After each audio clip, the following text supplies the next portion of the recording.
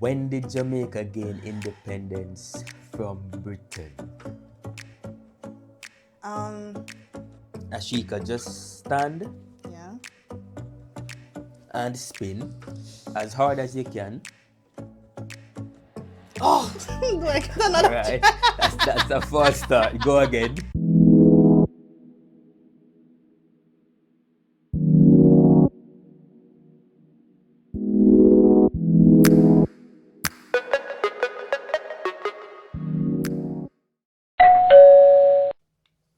What's up, guys? Welcome back to Geography Plus 100. We're here for another podcast. Remember, if you're new to the channel, subscribe and gently hit that like button. For today's podcast, we're here with a very special guest, Mrs. Asheka Johnson. Asheka is a physics teacher. She has been teaching for 6 years. Asheka, welcome. It's a pleasure being here, Mr. Johnson. Thank you for coming as well. Now, we're going to start the podcast a little bit different from the other podcasts. So, we'll get to know where you grew up and so on. But firstly, so you're here in the UK. How long have you been here for? Roughly 4.5 years. Yeah, I came just in COVID. It was a bit of a scary time, but yeah, I came just at the start of 2020 when it was like just becoming public in the UK. So, 4.5 years. Did you plan to spend this long here? What was the plan? Well, for me, there was no plan. I just remember one Christmas dinner just sitting with my friends and Yeah. we're just having a just a regular conversation about what new can we do in life. Okay. And we were just exploring like foreign countries and just knowing something new. And we came on this adventure and yeah, we're still adventuring. Okay. All right. This sounds very good. Now, so take me back to Jamaica. Run me through the application process up to you arriving in the UK. What was that like? Well, I am a dependent. What does So, that mean? well, my partner is a teacher, so they got sponsored to work in the UK with a school. Okay. So being that I'm a partner, I get to tag along on this opportunity, being a dependent, Okay. right? For me, it was quite a smooth process. Just having the sponsorship letter from my partner and just saying, yes, I'm a dependent and just going through this application process online. It's quite different to that of applying for an American visa in Jamaica, where you have to go, with America, you have to go through an interview process. Okay. But for the UK, it's literally just submitting documents and your proof of the partnership and stuff like that. And yeah, it was quite smooth. Okay, so the process was smooth for you and as you said, being a dependent, that made it much Even easier for much you as easier, well. yeah. Now, in terms of Jamaica, where in Jamaica are you from? That's a bit of a tough question because I've been all over. So my family home is in Trelawney, the parish of Trelawney. Yeah. But I've spent a good bit of my younger years in St. Thomas, traveling to Portland, where my stepfather has family, going fishing, Yeah. and just that nice life. And then I moved back to Trelawney, but did most of my schooling years in Manchester. Okay. So for all those places that you have named, which is a lot, which one, if you were to select one to say that's home, which one would you select? Well, I mean, they all have their different merits. I love St. Thomas for the natural feel that it gives. Okay. The beaches, the trees, just always being cool. Yeah. But I love Mandeville or Manchester for being more developed. Okay. Right. All right, lovely. Which high school did you attend? Is it The multiple as great, well? no. Okay. The Great Manchester High School. Sick look, it looks like your light's so shiny. My light is still shining. Okay. Now, for Manchester, Yeah. it seems as though places in Jamaica are named of places in the UK. Because you said Manchester, we know Right. Manchester here. People might know Manchester United. Manchester City, who City. just won the Premier League.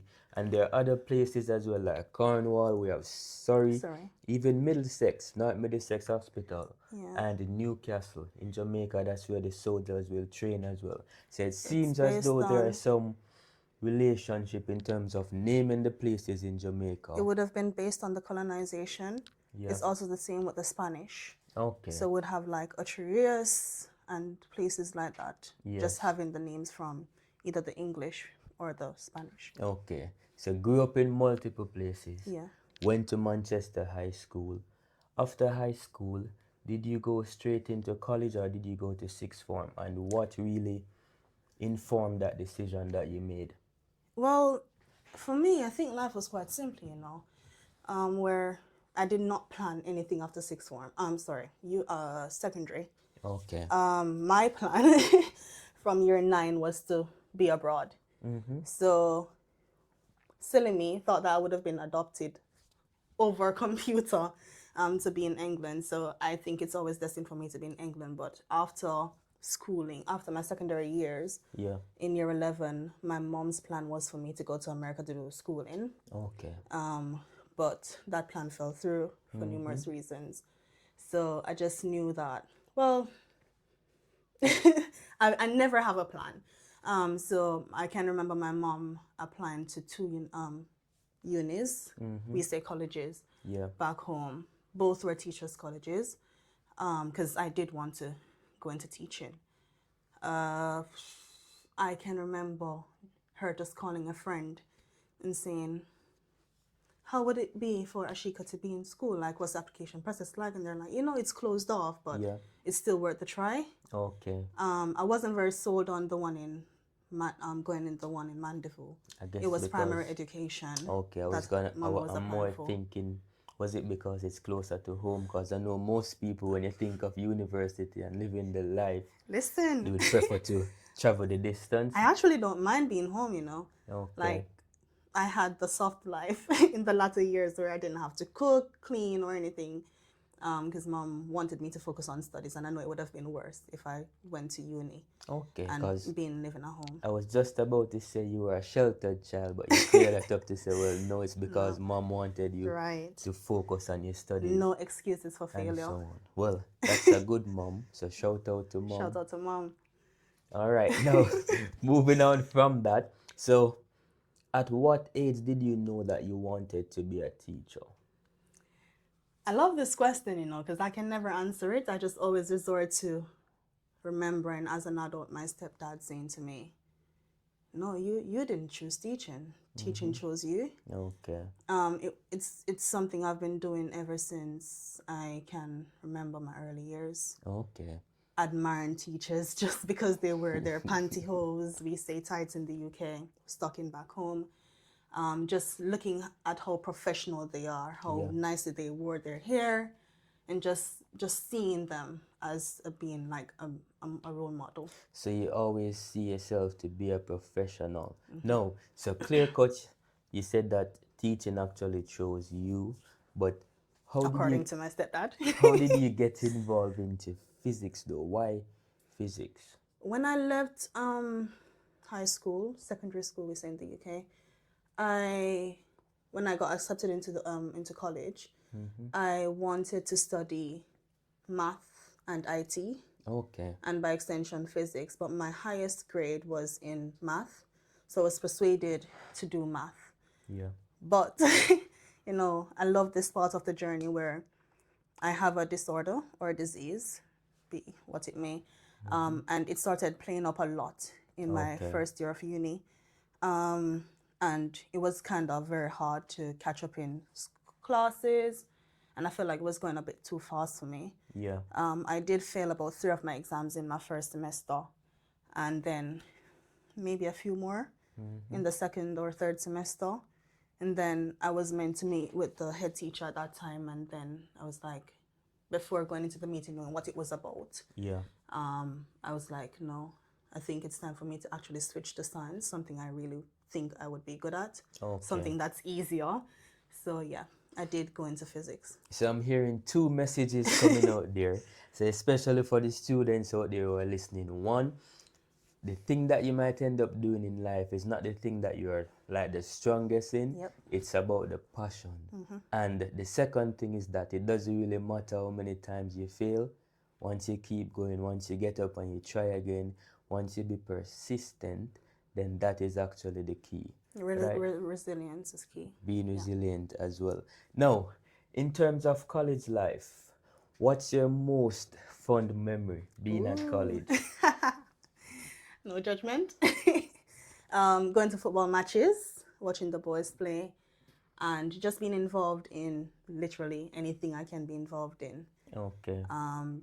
Acquiring leadership roles, it's just growing because I'm being involved in extracurricular activities. Okay.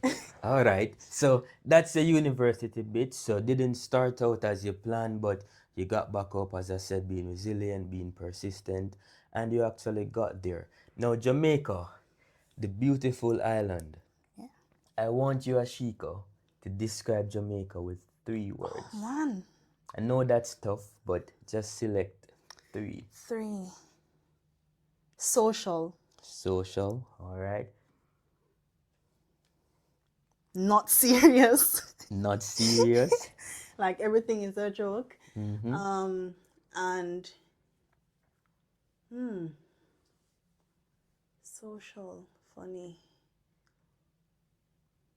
It's just a vibe. All right, so It's always. just a vibe. It's just a vibe. So I get vibing, being laid back, not taking anything too serious, and not taking anything for granted. socialization, which I can say, Really coming miss. to the UK, socialization, Oh, gosh. it's completely different. Yeah. Now, let's say I am a tourist and I am going to visit Jamaica. What is one thing that I must do while I'm there? Just one. Just one. If it's just that one thing that I have to do, what would that be? The food.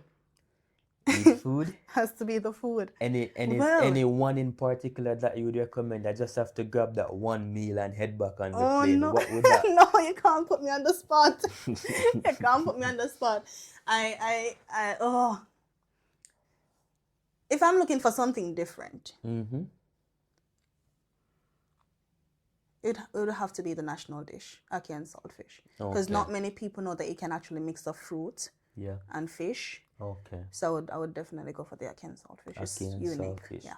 All right. So for any tourists out there listening, if you go to Jamaica, if it's only one thing you do, ackee and saltfish, and I'm going to If add. you're looking for something unique, guys. Yeah, and I'm going to add the dumpling. I know the dumpling is not a part of the national dish. You can have it with dumpling Festival. or breadfruit, especially fried breadfruit. Oh, man. That's where it is. But we're not getting there yet because we know what that can lead to when we discuss food. Oh, So, man. you arriving in the UK, what was your first impression of the UK? This place old. It looked old. Mm-hmm. It was really cold.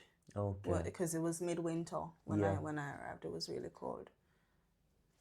But yeah, just old and cold. So, old and cold. All right, so I guess you have been here for a while now.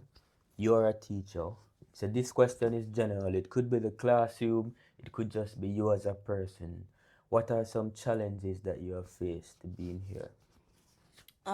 Starting with personal life. Childcare. What about childcare? Oh man, like not having family around. Okay. And I can just be comparative when it comes to Jamaica. In Jamaica, is the village that raised the child. You have to run out. That's true. You leave, you're pitting with any neighbor, and they're safe. Here, with safeguarding being a big thing, Okay. always ensuring that your child is safe by certain standards. You just can't do that. Okay. Childcare was really expensive.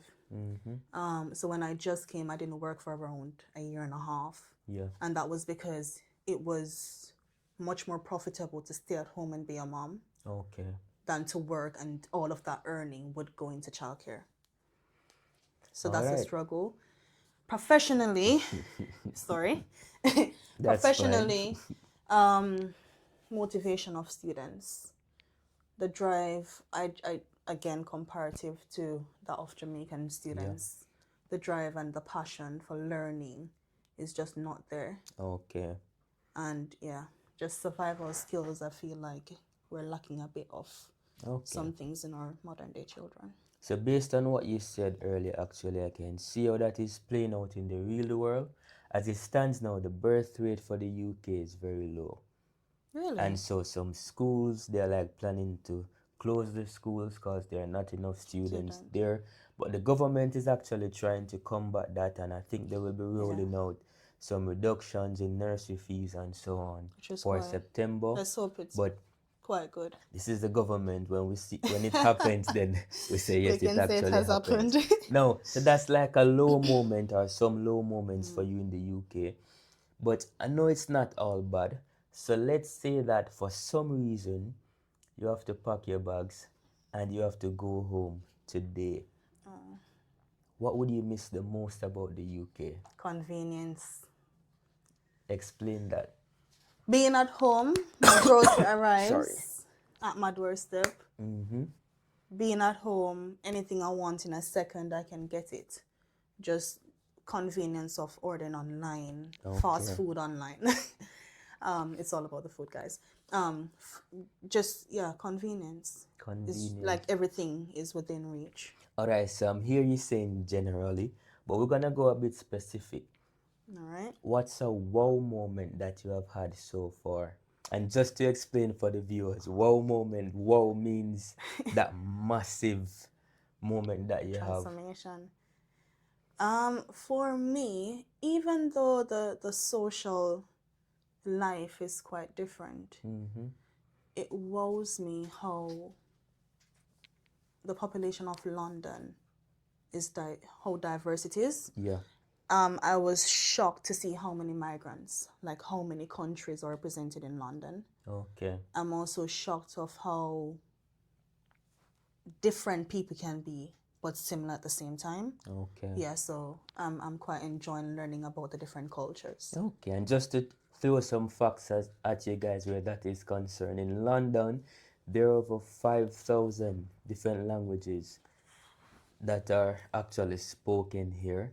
And when you go on the high roads, you have different shops. So you have from Turkish shop, Chinese shop, Greek, Romanian. all the different countries they're represented here. Obviously, you have Jamaica, other Caribbean islands are represented. So it's very much a diverse place. Africans. But as they say with America, it's the melting pot, and it's no different for here in London. Melting pot. What does that mean? It really is looking at everybody coming together. All the cultures are mixing to create something that's actually unique. And it's kind of linked to the Jamaican motto, Out of out many of one many people. one people. So Yeah. there we go. So you're saying that even though socialization is a problem, it's still like a wow moment Yeah. for you because, well, people still manage to get along It's a and actually learning pull it opportunity together. as well. Now, if you were to choose a country to teach in, well, just between Jamaica and the UK, I'll actually get you to talk more about other countries in a bit. Which country is it more difficult to teach in? I don't know if I can say which is more difficult because there are different aspects to teaching. Mm-hmm. So for me, actually engaging with the students, I think the UK would be the most difficult. Okay.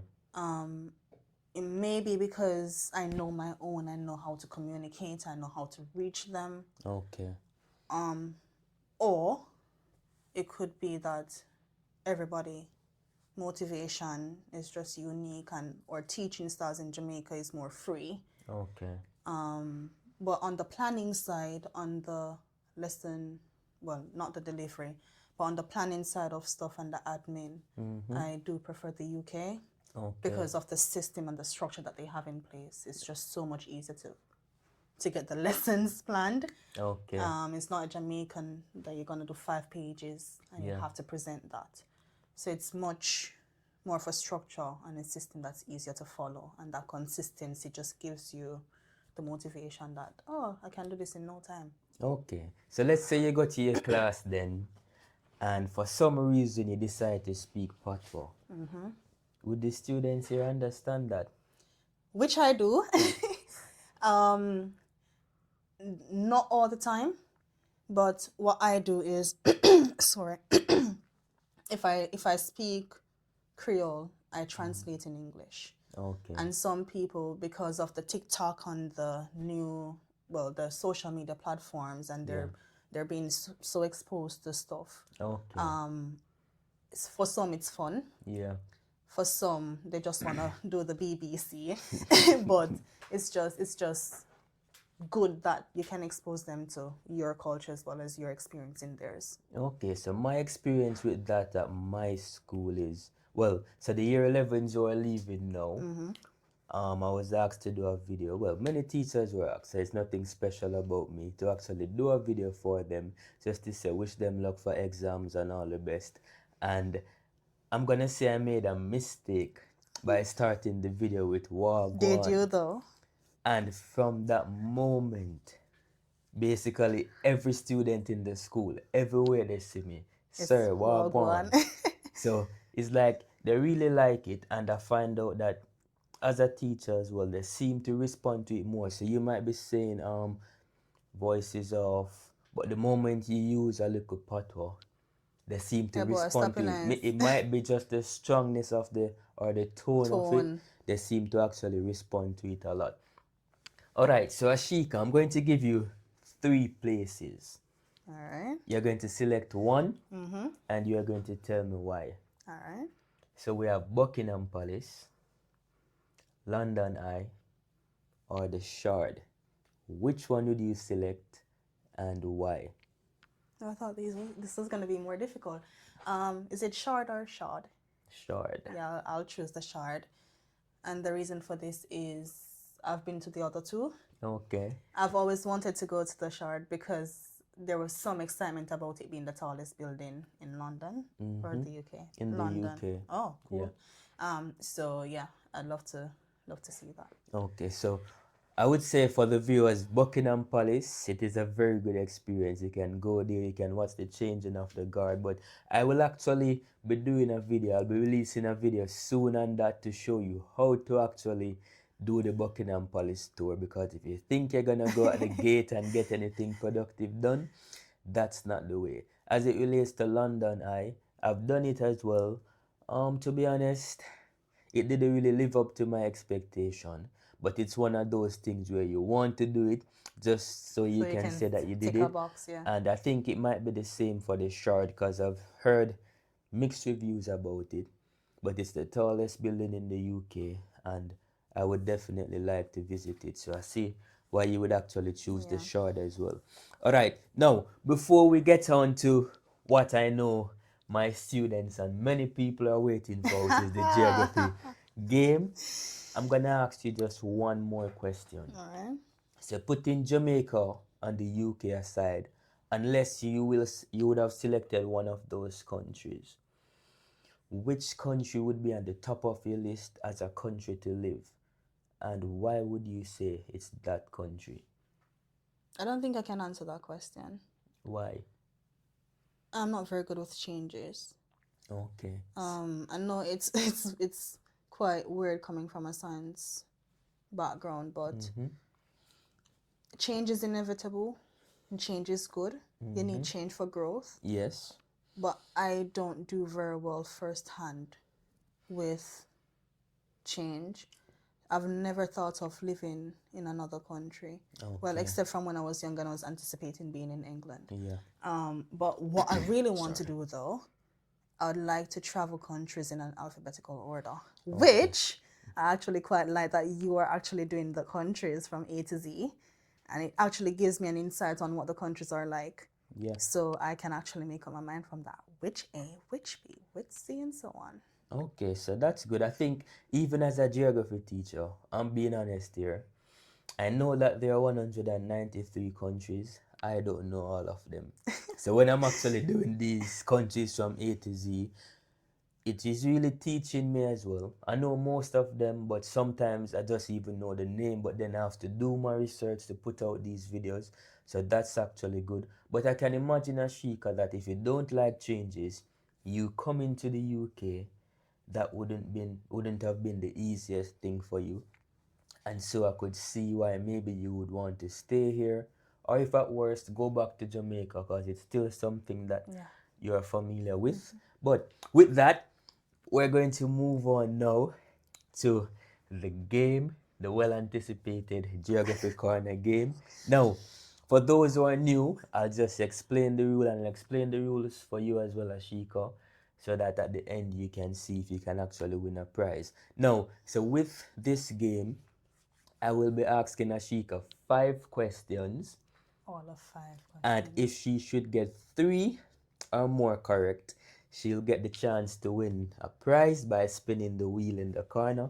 Now, for my hope is that she get maybe a water, £1 or 0, because that would help me to keep my money in my pocket.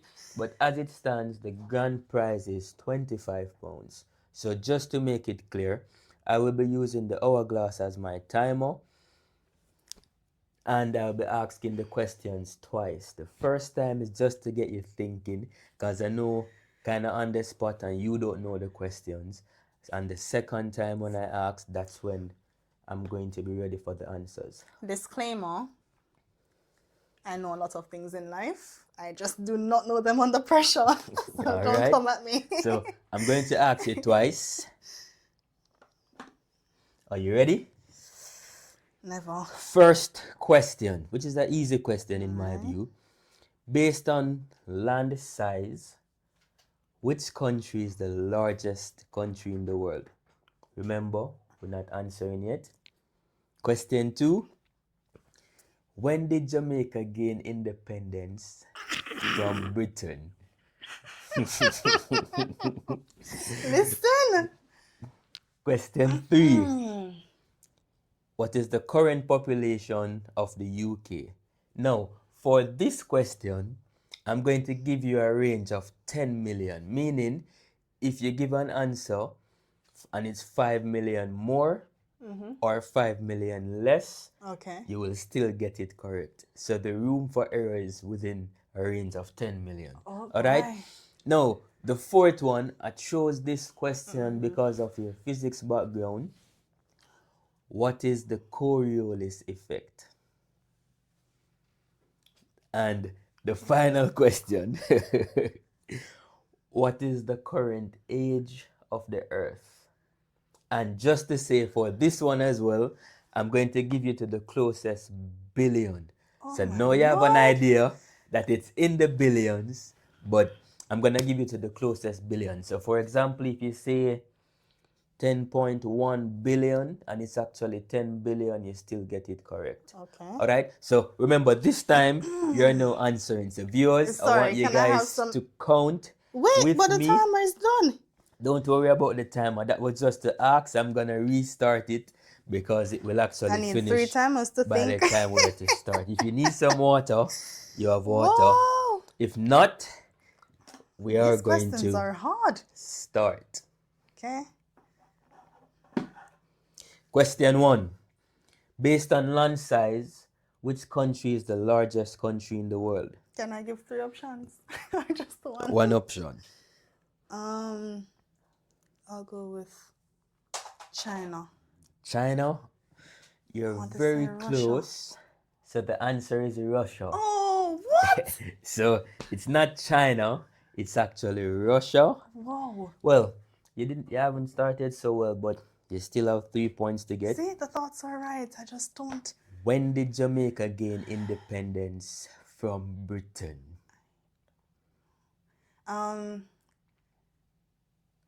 Whoa. I have a year. How old is Jamaica? I know this is wrong. 1969. I feel like that's wrong. That sounds too I'll give soon. you one more try with that one. Try. Because the Jamaicans are going to beat you very badly if you get it wrong. So it's not 1969. Is it 1900s though? It's in the 1900s. Okay. 1922?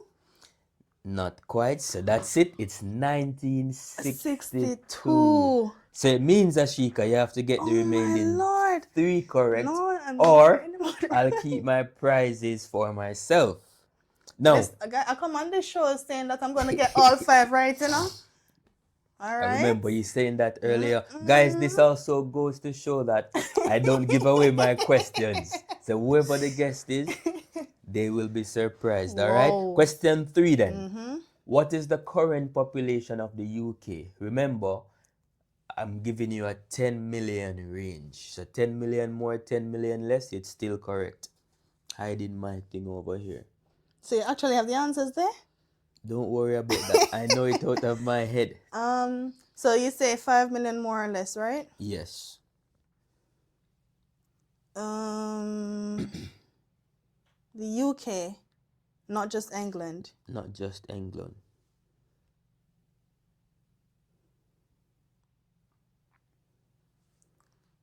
Just 70 million. Just so you know, guys, the timer is up, but I'm still giving her all the time. Listen, I feel so embarrassed. It's not 70 million and it's not in the range. Really? Well, in fact, it's in the range, so I'll give you. How much is it? It's 67.9 million. And I said if it's 5 more. Okay, I know my students won't like this, but I'll give you that one. All right, so this one should be easy for you based on your physics background. Probably not. What is the Coriolis effect? It has to do with the Earth. It has to do with some amount of turning. All right, so within the Earth's core, causing some effect. All right, so I'm gonna give you an opportunity to put that in a proper sentence because I'm the examiner who's marking this paper now. So Coriolis effect. Guys, you see? Take it from me. I'm gonna give you a clue. If you had watched the first podcast, you can remember me asking Danny a question. Yeah? About the Earth rotating on its axis. It has something to do with that. Go ahead. So it has nothing to do with what I've just said. I'm done talking. I'm not saying anything else. All right. I'm gonna pause on that question. All right, so no problem. At least the viewers will learn who doesn't know. So with Coriolis effect, it has to do with the Earth is rotating on its axis, and that is creating wind. So in other words, if the Earth was standing still, we wouldn't have what's called wind. And just to add to that, I can go on. It also has to do with the sun's... Not necessarily. Yes, we can look at the gravity of the sun, but the Earth is rotating on its axis. And I feel like I could actually go into a full lesson about this, but I'm going to just keep it as short as possible. So, as I said, because of that, it creates wind. So, if you do this with your hand, you will feel a little wind. And the air, it moves from areas of high pressure to low pressure. So you know that. And I think I've seen that in a video before. Of course. See, I know this stuff, you know, but under pressure. Just under pressure. I can't. The final one then. This should be easy because the margin for error here is not that great. Now, what is the current age of the Earth? What is the current age? I know teaching this to my students, it would be some thousands, billions of years.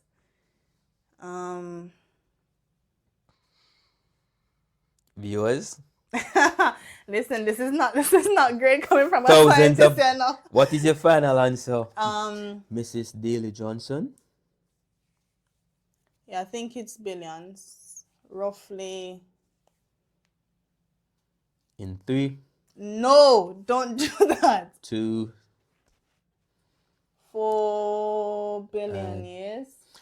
So it's 4.5 billion years. I heard the correct answer. I'll take that. So you got 2 out of 5. Did I actually? So you got the one These about questions, it sound very hard. the population for the UK. Oh. I'm disappointed in the one about the independence for Jamaica. No, but listen, we're not good at history. What I'm gonna do, and I know I'm setting a bad example here because I know that other guests who come will say, well, even if I don't get one. No, I don't want you to go easy on me. I'm going to allow you to spin the wheel. So just pass the wheel to the center here. All right. And the funny thing about it, guys, is sometimes the one who don't get and don't deserve it I am gonna win this. might be the one to actually win it. So I'm gonna ask you, Asheka, just stand Yeah. and spin as hard as you can. Oh, do I get another Right, that's a false start. Go again. You see, guys, even when I give her the chance. No, sir. So I deserve it. have a seat. I deserve it. Mrs. I Daly can't Johnson. complain. I Mrs. can't Daly complain. Johnson, you're the winner of a bottle of water. As they would say in Jamaica, water with wow. Water with There wow. you go. Now, Come viewers, easy. thank you. Thank you so much, Mrs. sir. Daly Johnson, for a being pleasure. my guest today. We had a lovely time. Now, as I said, even though you didn't do so well on the questions, remember you got 40%, and it's actually a start. Listen, in the UK, that's a 9. So, as for the viewers, thank you guys for tuning in. And remember, if you haven't subscribed already, just go ahead and hit that subscription button and also give this video a like. So, thank you again for coming by. It's Geography Plus 100, where geography meets adventure.